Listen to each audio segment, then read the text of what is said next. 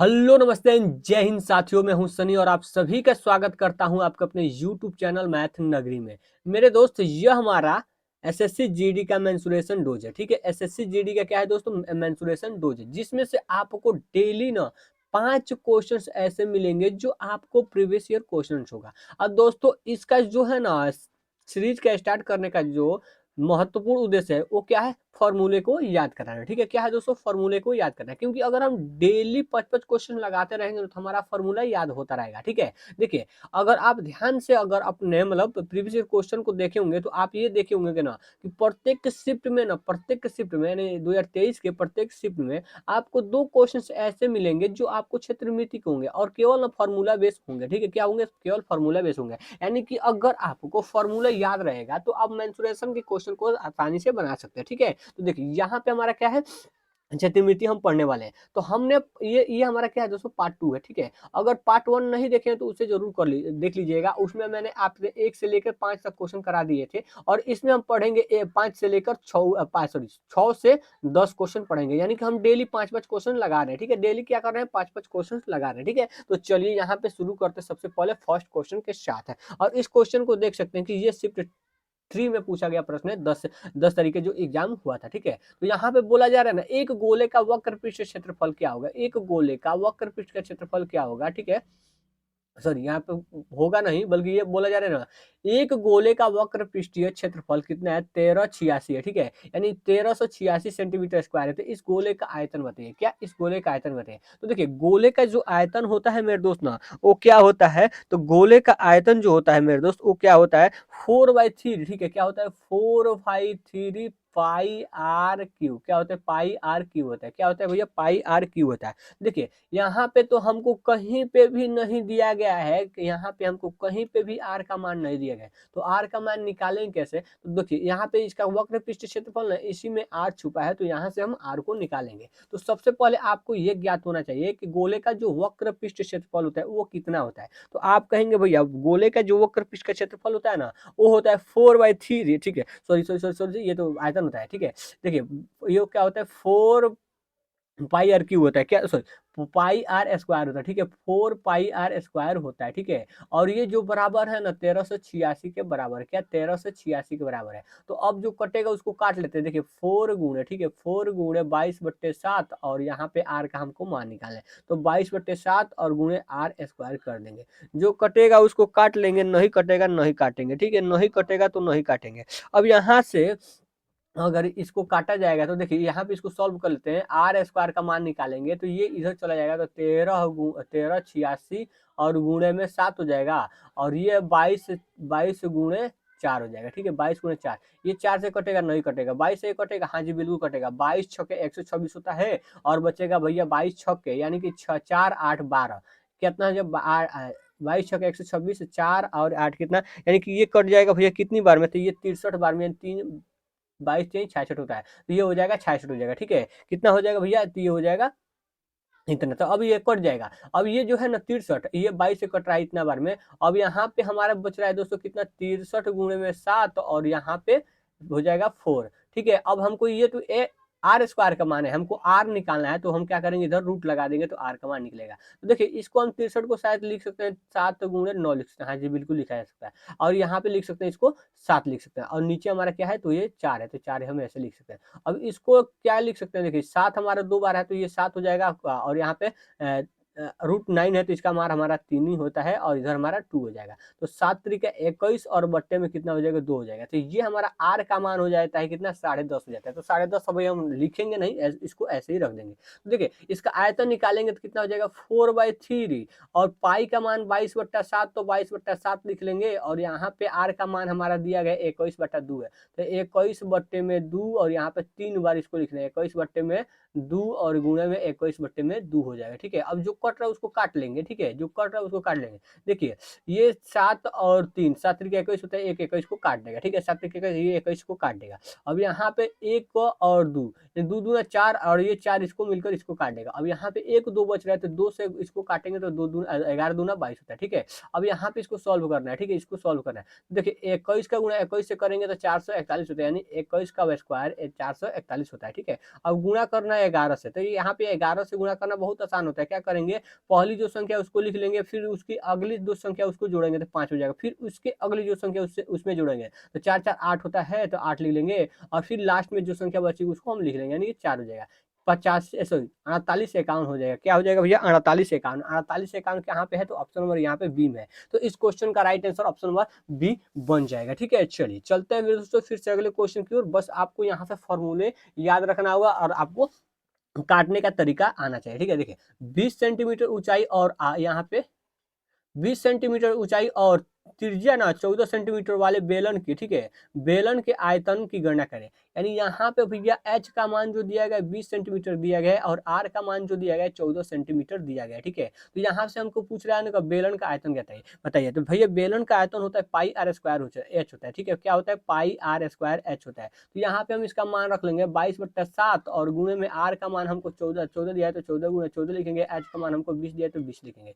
देखिए ये 2 से 2 कट जाएगा। अब इसको सॉल्व करना है तो कैसे करेंगे? देखिए अगर इसको सॉल्व करेंगे तो कितना हो जाएगा, इसको हम सबसे पहले इसको गुणा कर लेते हैं। 14 दूना कितना होता है? 28 होता है। ठीक है, कितना होता है? 28 होता है। और यहाँ पे एक जीरो दहेज में है तो यहाँ पे इसको ऐसे ही रख देंगे। ठीक है, और फिर देखिए 28 का गुणा 2 से करेंगे तो ये हो जाएगा 556 हो जाएगा। ठीक है, कितना हो जाएगा? 556 हो जाएगा। 28 का गुणा 2 से करेंगे तो ये 500 कितना हो जाएगा भैया? 56 हो जाएगा। अब यहाँ पे भैया 556 का हमको ना गुणा करना है। ठीक है, सॉरी 556 गुणा 560 का हमको गुणा करना है 22 से। ठीक है, 560 का गुणा करना है हमको 22 से। ठीक है, अब यहाँ पे इन सभी को गुणा कर चुके हैं ना,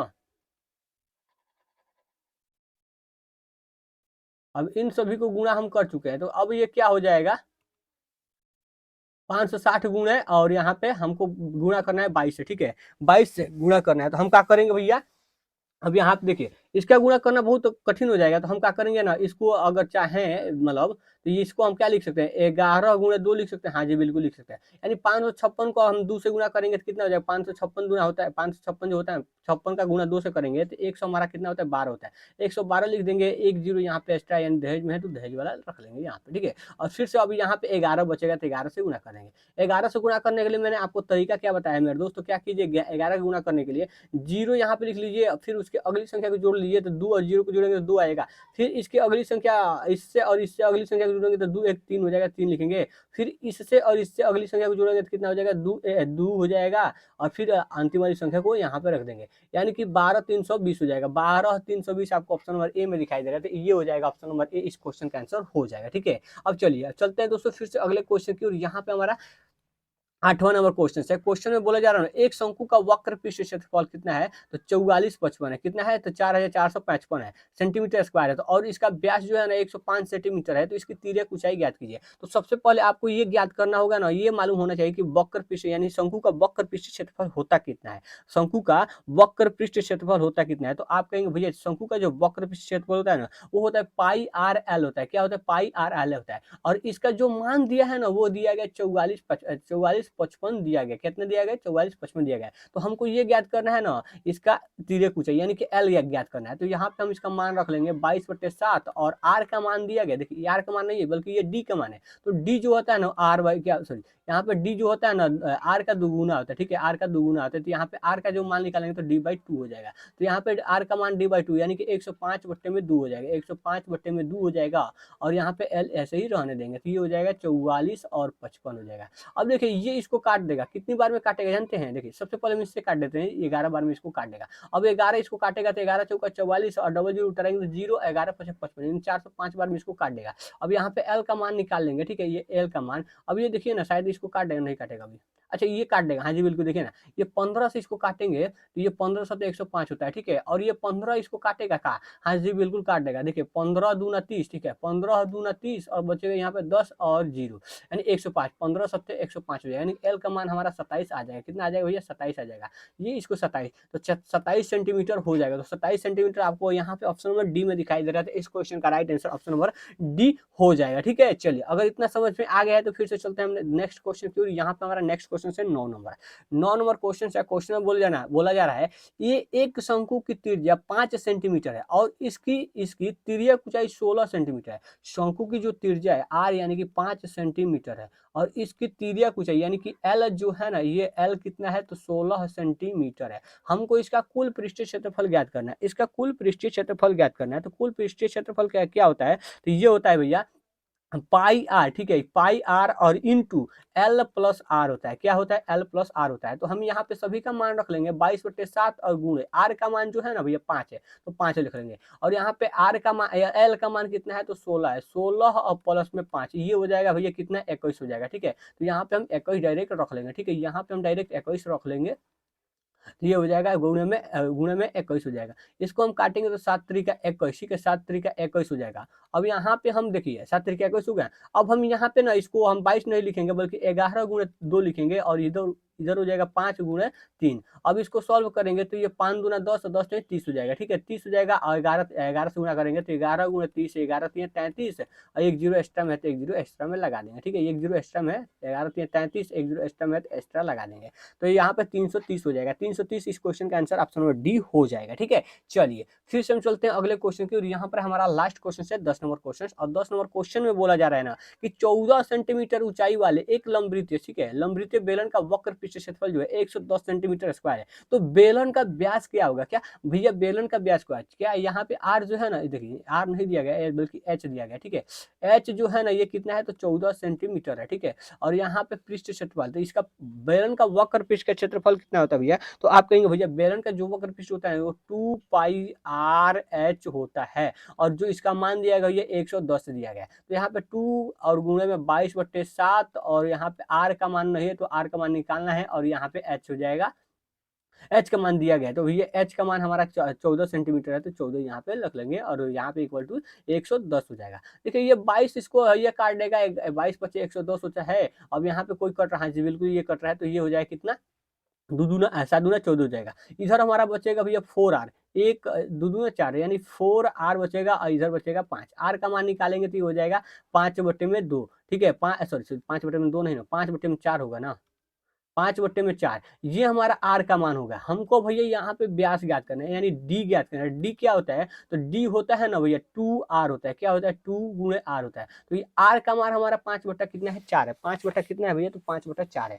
आर का मान हमारा कितना है? तो 5/4 है, तो यहाँ पे 5/4 रख लेंगे। ठीक है, अब ये जो 2 है ना इसको काट देगा कितनी बार में? 2 बार में काट देगा। ठीक है, तो ये 5/2, 5/2 को सॉल्व करेंगे, 2×2 = 4 बचेगा, 1 0 2 × 10 हो जाएगा। ठीक है, 2 × 10 हो जाएगा, तो ये हो जाएगा 2.5। 2.5 इसका व्यास हो जाएगा 2.5। अब यहाँ पे ऑप्शन नंबर डी में है, तो इस क्वेश्चन का राइट आंसर क्या हो जाएगा? ऑप्शन नंबर डी इस क्वेश्चन का आंसर बन जाएगा। तो आशा है मेरे दोस्त आपको ये क्वेश्चन समझ में आ गया होगा। अगर क्वेश्चन समझ में आया है तो प्लीज वीडियो को लाइक कर दीजिए और चैनल को सब्सक्राइब कर दीजिए। अगर आपको ये सीरीज अच्छा लग रहा है तो प्लीज वीडियो को लाइक कर दीजिए और अपने दोस्तों के पास शेयर करते रहिएगा। ठीक है, चलिए चलते हैं, मिलते हैं दोस्तों नेक्स्ट पार्ट में। तब के लिए जय हिंद, जय हिंद, जय हिंद, जय भारत।